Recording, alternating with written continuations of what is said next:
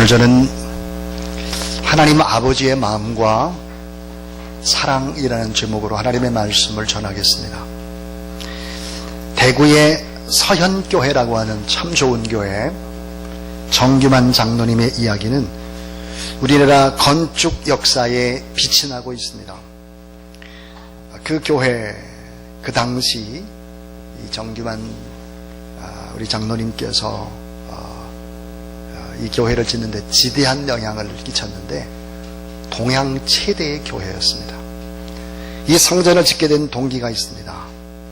그 교회에서 정규만 장로님 계셨는데 그분이 한약사였습니다. 그런 어느 날 불치의 병에 걸리게 되고 하나님 앞에 간절히 이 질병에서 치유될 수 있도록 하나님 앞에 기도합니다. 근데 이런 서원 기도를 했습니다. 하나님, 내 병을 한 번만 고쳐주시면 정말 아름다운 성전을 지어서 하나님 앞에 봉헌을 하고 싶습니다. 하나님께서 이 기도를 들으시고 이 정장로님의 병을 고쳐주었습니다. 그가 병이 나았을 때 서현교회 건축이 막 시작이 되었습니다. 이 성전을 짓기 시작하자 대구에 이상한 병들이 돌기 시작을 했습니다. 그런데 이 병이 걸린 사람들이 다른 곳에서 약을 지으면 낫지 않는데 이 장로님이 하는 한약방에서 약을 먹으면 병이 낫는, 그래서 이 한약방의 사람들이 줄 서서 약을 지어갔습니다.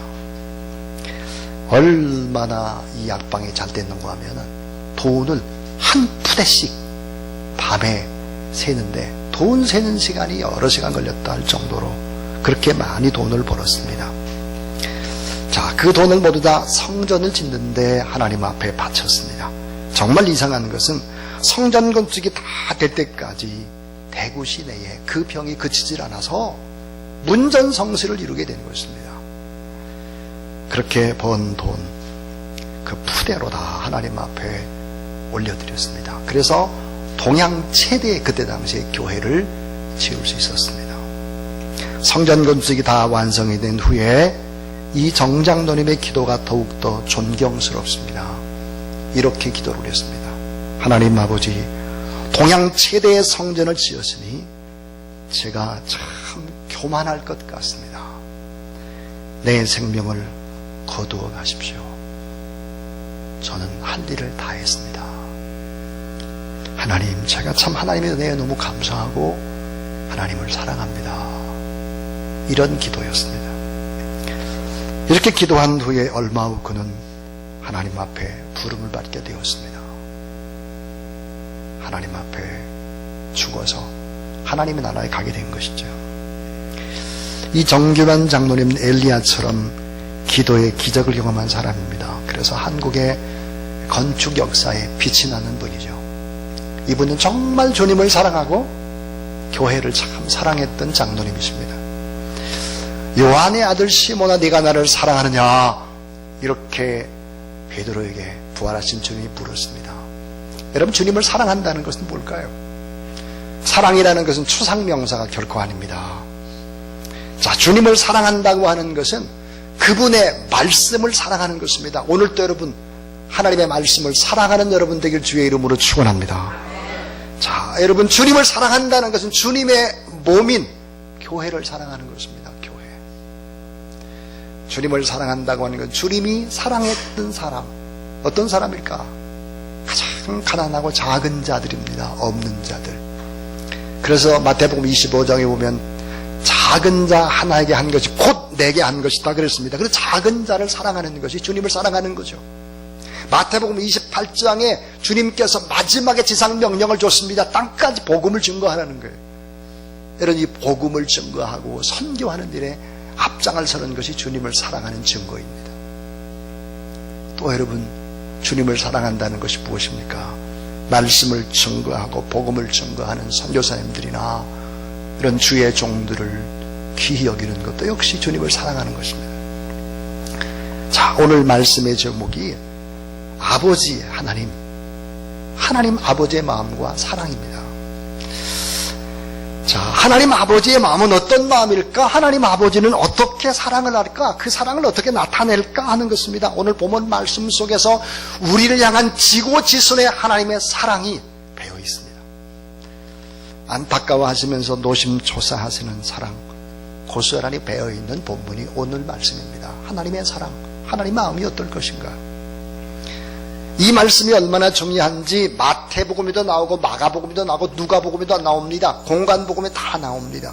근데 이 말씀은 예수님이 십자가에 못 박혀 돌아가시기 전에 3일 전에 하신 이 비유의 말씀이기 때문에 마지막 지상에 3일을 남겨놓고 했던 이야기이기 때문에 더 중요합니다. 긴박하고도 애절한 사랑의 애가가 오늘 본문의 이야기입니다. 자, 오늘 본문의 내용을 요약하면 다음과 같습니다.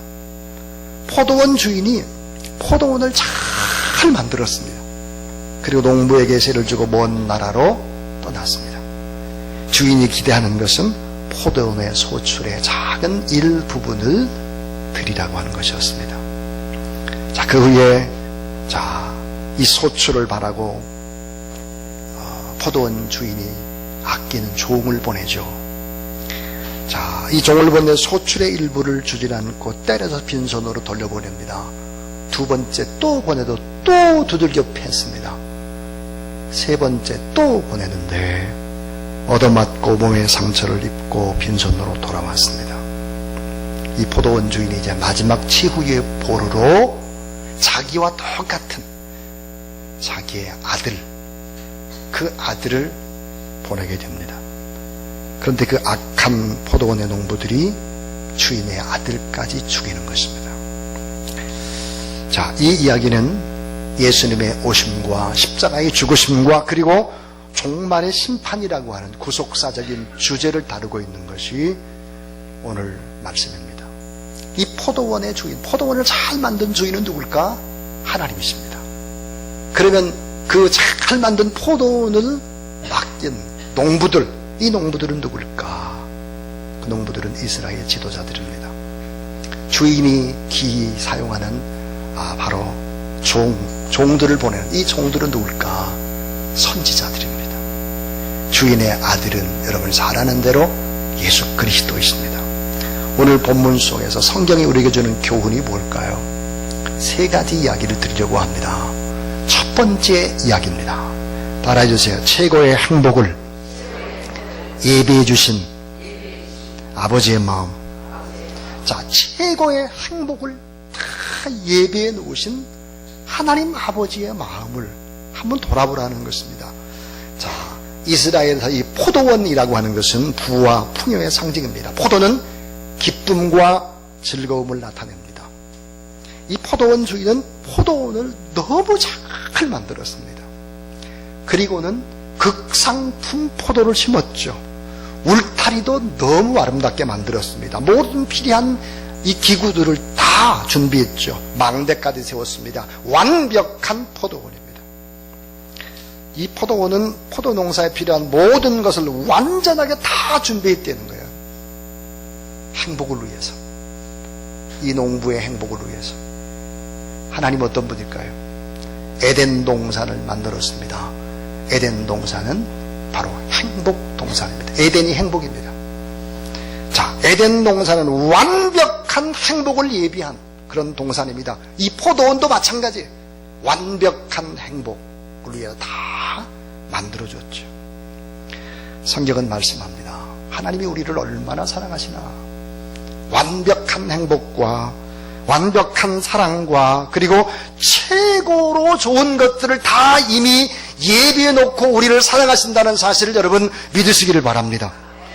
복을 주시려고 아예 작정을 하고 준비하고 미리미리 예비했다는 거예요. 그래서 창세기 1장 28절을 보니까 에덴 동산, 행복 동산을 만들어 놓고 첫 번째 인간에게 하나님께 주셨던 메시지가 있습니다. 그게 뭘까? 창세기 1장 28절, 하나님이 그들에게 복을 주시며 하나님이 그들에게 이르시되, 따라해 주세요. 생육하고 번성하여 땅에 충만하라. 그리고 이렇게 되어 있어요. 땅을 정복하라. 바다의 물고기와 하늘의 새와 땅에 움직이는 모든 생물을 다스리라 하시니라 그랬습니다. 복을 줬다는 거예요.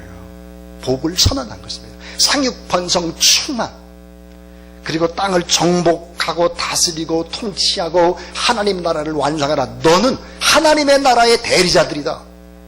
그러니까 행복을 누려라. 자, 로마서 8장 30절에 자기 아들을 아끼지 아니하시고 우리 모든 사람을 위해 내어주시니까 어찌 그 아들과 함께 모든 것을 우리에게 주시지 않겠느냐 그랬습니다. 기록된 바 하나님이 자기를 사랑하는 자들에게 예비하신 모든 것은 눈으로 보지 못하고 귀로 듣지 못하고 사람의 마음으로 생각하지 못한 너무나 아름다운 축복된 것들을 예비해 놓으셨다는 거예요. 하나님의 뜻이 뭘까요? 복을 주는 거예요. 여러분, 하나님께 주신 복을 받게 되기를 주의 이름으로 축원합니다. 아브라함 같은 명문의 가문이 될 수 있기를 축원합니다. 또 다윗 같은 선한 영향력이 있어서 우리 국가뿐만 아니라 전 세계에 영향력 있는 그런 권세 있는 지도력 있는 여러분의 가정이 될 수 있기를 주의 이름으로 축원합니다. 이게 하나님의 뜻이에요. 그래서 결국은 보니까 선택받은 백성들을 보호하기 위해서 요셉도 미리 앞서서 보내시고, 또 이스라엘 백성들을 구원하기 위해서 모세도 미리 보내고, 가나안 땅도 미리 예비하고, 예수 그리스도도 미리 보내죠. 천국으로 우리를 인도하기 위해서. 최고의 행복을 예비하신 하나님 아버지의 마음을 알아야 된다 하는 것입니다. 자, 하나님은 원래 사랑이 있습니다. 그래서 최고로 행복하고 최고로 잘 되기를 원하는 것이죠. 여러분들 예수 그리스도를 잘 믿으면 최고로 복을 받고 최고로 잘 되고 최고로 행복한 것이 하나님의 뜻이라는 사실을 믿으시기 바랍니다. 원래 하나님의 뜻이 그래요. 원래. 그런데 여러분, 문제는 우리가 이 하나님을 믿지 않는다는 거예요. 의심하고, 그리고 믿지 않고, 부정적이고 잘못된 자아상을 가지고 원망, 분노, 비판하면서, 그리고 하나님 없이도 내가 내 인생을 한번 개척하면 잘 될 거야, 이런 어리석은 생각을 하는 것입니다. 자, 하버드 대학의 뇌연구소에서 인간의 뇌, 특히 세망신경계에 대한 실험을 했습니다. 이 세망신경계는 뇌 중에서 주의력과 집중력을 관장하는 신경 전달 물질을 분비하는 뇌입니다. 자, 이 하버드 대학의 뇌연구소에서 심혈을 기울여서 연구했던 것, 이 분비물이 뇌에서 학습과 자기 통제와 동기부여를 관장합니다. 세망신경계 RAS라고 하는데 1초에 약 1억 개씩 밀려드는 신경 펄스를 초고속으로 분류해서 중요한 것은 저장하고 하찮은 것은 삭제합니다. 내가 중요한 정보에 초점을 맞추어서 일하게 합니다. 이 놀라운 것은 인간의 RAS가 그동안에 부정적으로, 너무 부정적으로 계속해서 발달해 왔다는 것입니다. 이걸 하버드 대학의 뇌연구소에서 밝힌 거예요. 자, 그래서 사람의 판단력이 부정적으로 기울여져 있고, 예를 들면 우리가 조용한 곳이 있다 갑자기 소리가 나면 우선 위기의식부터 가지고 방어적이 된다. 직장 상사가 갑자기 부르면 대부분이 부정적인 생각을 한다는 거예요. 주위의 사람들을 충고를 우리는 능동적으로 수용하기보다는 부정적으로, 배타적으로, 남이 뭐라고 하면 부정적으로 받아들인다는 거예요. 사람들이 모여서 하는 이야기의 소재는 긍정적인 것보다는 훨씬 더 부정적입니다.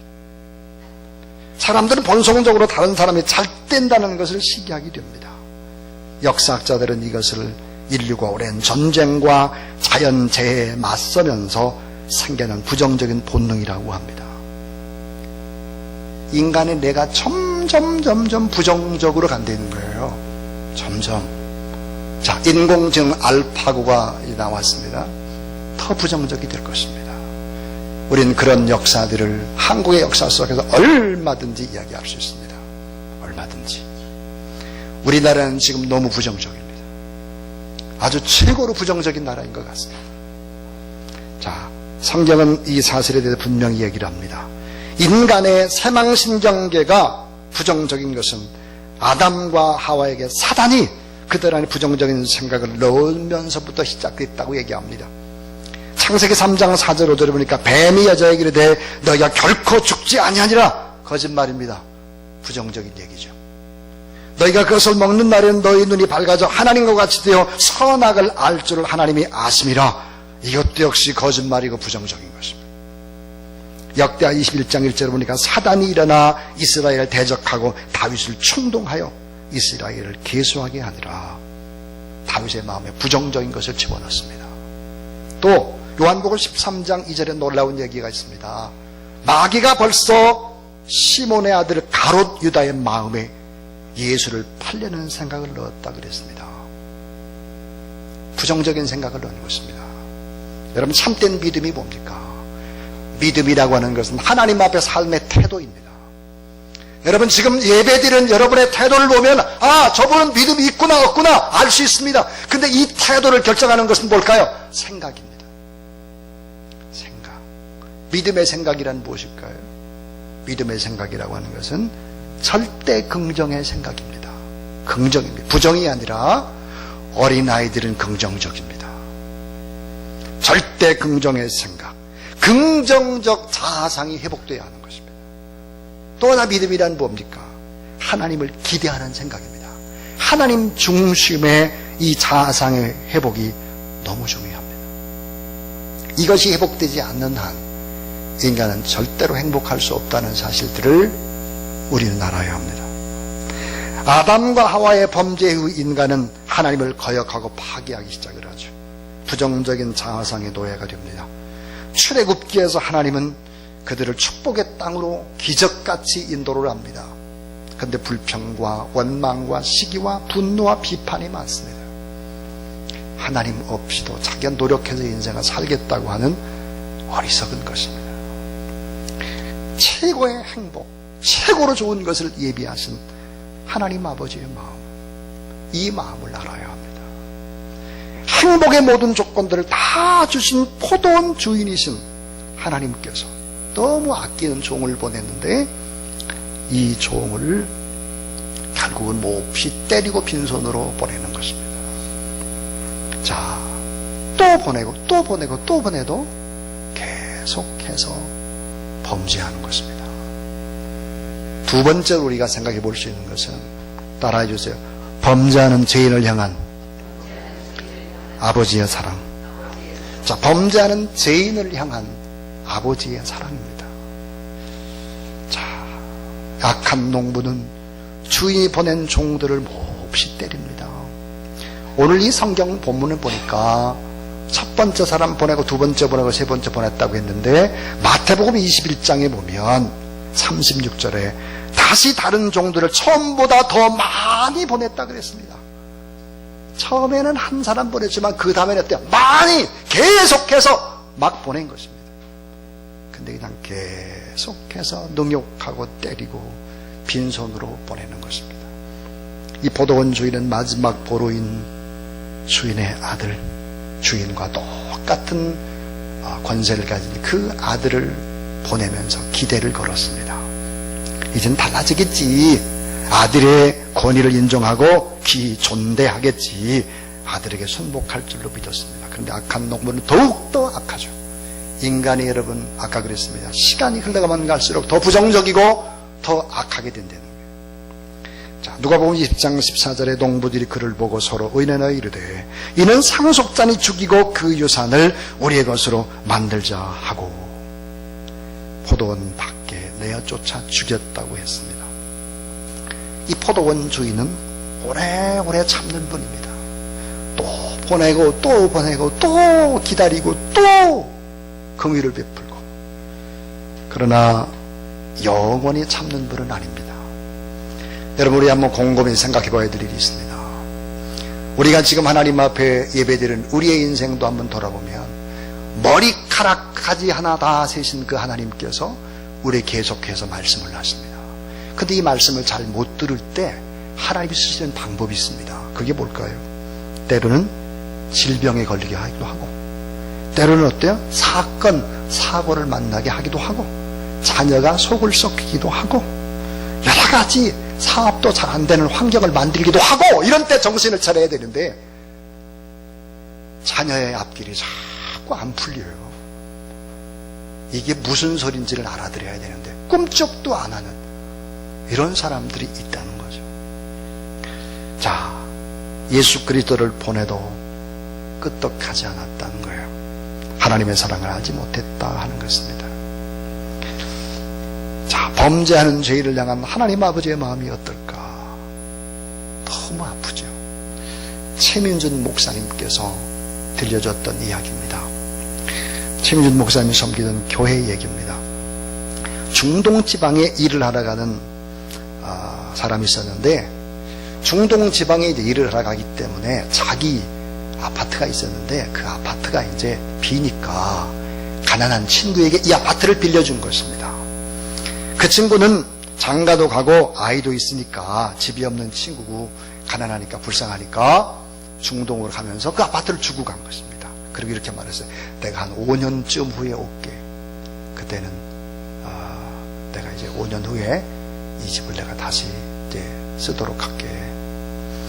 5년 가 있었는데 5년 가지고는 안 되겠다 해가지고는 중동에 이왕 간 길에 좀 사업을 좀 하자 해가지고는 사업을 더 했어요. 10년 있었어요.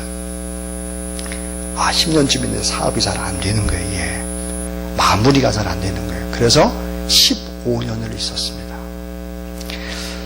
자, 5년, 10년, 15년을 이 가난한 친구에게 집을 주니까 이 가난한 이 친구가 이 집에 살면서 어떤 생각을 하게 되는가 하면, 야, 이러다간 이 집이 내 집 되겠네, 이런 생각이 드는 거예요. 자, 그래서 중동에서 15년 만에 이제 연락을 했어요. 내가 들어가니까 얘 집을 좀 비워줘라, 이렇게 했습니다. 근데 대답이 없는 거예요. 돌아왔는데 안 나가는 거예요. 15년 동안 살고 안 나가. 그리고는 이렇게 말을 했습니다. 나보고 이제 와서 집 나가라면 어떻게 하는 거야? 난 나갈 데가 없어. 버티게 하는 것입니다. 옥신각신하다가 재판정까지 가게 됐죠. 그런데 어느 날 법정을 나오던 이 집주인이 한탄하면서 이런 말을 했습니다. 내가 한 달에 10,000원씩만 집세를 받았어도 참 좋을걸. 한 달에 10,000원씩이라도 집세를 받을걸. 그냥 내비줬더니 지가 주인인 줄 알고 저러는구나. 자, 등기부에 분명히 당신 이름이 있을 거 아니에요. 근데 그래도 기득권이 있다는 거예요. 그렇기 때문에 마음대로 내쫓지 못한다는 것입니다. 여러분, 이것이 옛날 얘기가 아니에요. 우리 교회 안에도 그런 얘기가 있을 수 있습니다. 우리 교회 안에도. 제가 강성자 권사님한테 들었던 이야기 가운데 하나가 지금 떠오릅니다. 어머니의 집, 문간방, 가난하고 병든 장애자에게 그거를 좀 이렇게 쓰라고 내줬는데 이게 5년, 6년 이렇게 하다 보니까 안 나가는 거예요. 그리고 어때요? 전세금 내놓으라는 거예요. 그래야 나갔다는 거죠. 이게 여러분 다른 나라 얘기가 아닙니다. 다른 나라. 엄청난 친구의 사랑. 15년 동안이나 무상으로 살도록 했는데 사랑하는 친구, 은인 중에 은인 아닙니까? 집을 뺏고 재판을 하는 거예요. 무서운 인간의 모습입니다. 포도원의 악한 농부가 성경에만 있는 게 아니에요. 우리 안에도 있을 수 있다는 거죠. 오늘 주님께서 강조하는 강조점이 무엇입니까? 그것은 포도원 주인이 보낸 아들을 어떻게 대하느냐에 따라 인생은 달라질 수 있다는 거예요. 자, 포도원 주인의 아들이 누굽니까? 예수님이에요. 예수님에 대한 태도가 우리의 장래를 결정한다. 예수 그리스도를 어떻게 찬양하고 어떻게 믿고 어떻게 생각하느냐에 따라서 그 가정의 장래, 민족의 장래가 달라질 수 있다는 거예요. 자, 우리의 장래가 어떻게 변할까? 우리의 미래, 대한민국의 미래가 어떻게 될까? 북한의 미래는 어떻게 될까? 성경을 통해서 알 수 있습니다. 예수 그리스도에 관한 태도를 보면 아는 거죠.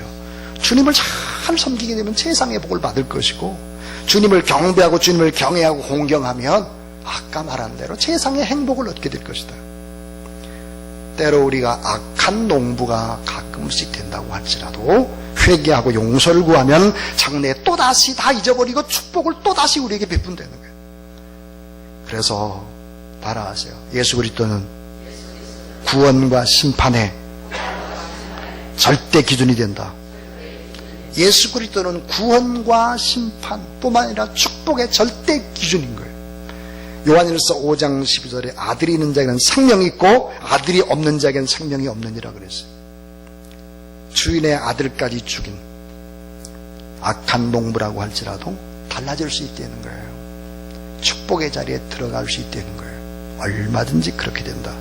계속해서 주님이 기회를 주고 계신다 하는 것입니다. 이제 저는 설교를 마치려고 합니다. 따라하세요. 모든 것을 역전시키는 희망의 십자가. 모든 것을 역전시키는 희망의 십자가가 있다는 거예요. 누가복음 20장 17절입니다. 그들을 보시며 이르시되 그러면 기록된 바 건축자들의 버린 돌이 모퉁이의 머릿돌이 되었느니라 그랬습니다.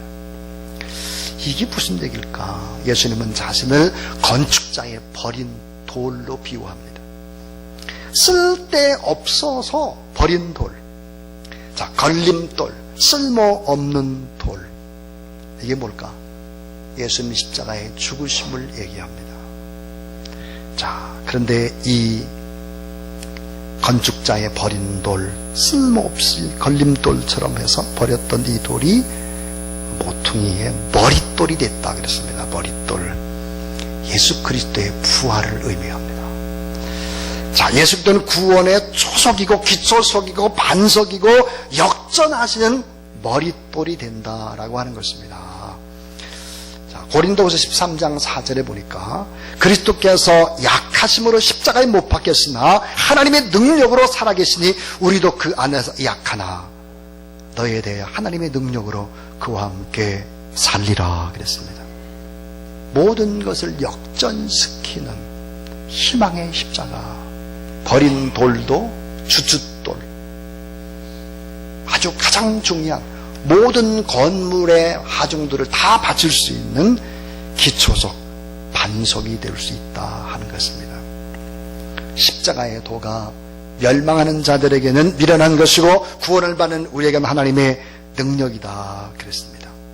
우리가 머릿돌이신 예수 그리스도를 기초로 해서 살아갈 때 인생은 역전될 수 있고 반전될 수 있고 끝이 더 잘 되고 신앙의 패자 부활전이 가능하다, 역전승이 가능하다는 사실을 믿으시기 바랍니다. 베드로전서 2장 4절부터 10절에 이렇게 말씀합니다. 사람에게는 버림받았으나 하나님께는 택하심을 입은 보배로운 산돌이신 예수께 나아가 너희도 산돌같이 신령한 집으로 세워지고 예수 그리스도로 말미암아 하나님이 기쁘시게 받으실 만한 신령한 제사를 드릴 거룩한 제사장이 될지라. 성경에 기록되어서 보라 내가 택한 보배로운 모퉁이 돌을 시온에 두니 그를 믿는 자는 부끄러움을 당하지 아니하리라 했으니 그러므로 믿는 너에게는 보배이다 그랬습니다. 자, 산돌이신 예수 그리스도, 이 보배로운 돌 예수 그리스도를 믿으면 어떻게 될까? 신령한 축복의 집을 지을 수 있다. 행복의 집을 지을 수 있을 뿐만 아니라 거룩한 제사장이 되고 보배로운 주춧돌이 되고 부끄러움을 당하지 않고 하나님의 능력이 영원히 함께 할 것이다. 믿으시기 바랍니다. 그런데 이 보배로운 산돌이신 예수 그리스도를 믿지 않을 때 오늘 본문은 무서운 심판이 있음을 분명히 하고 있습니다. 버린 돌 취급하고 걸림돌 취급하고 쓸모없는 돌 취급하고 예수 그리스도 없이도 무슨 인생에 살 것 같은 이런 생각을 할 때 소멸한 불 되시는 진노의 불 되시는 주님께서 다 부서져 버리도록 돌이 다 부서지도록 할 것이다 그랬습니다. 여러분, 우리는 지금 이런 생각을 해봅니다. 중국이라는 나라가 진노의 불을 쌓고 있다는 생각을 합니다. 선교사님들을 막 추방을 합니다. 북한이라는 나라가 진노의 불을 쌓고 있구나. 참 안타깝습니다. 예수 그리스도를 믿게 되면 틀림없이 아름다운 역전의 역사, 또 패자 부활전이 가능한 십자가, 반전시킬 수 있는 역사, 넉넉히 이기는 역사가 있음을 믿습니다.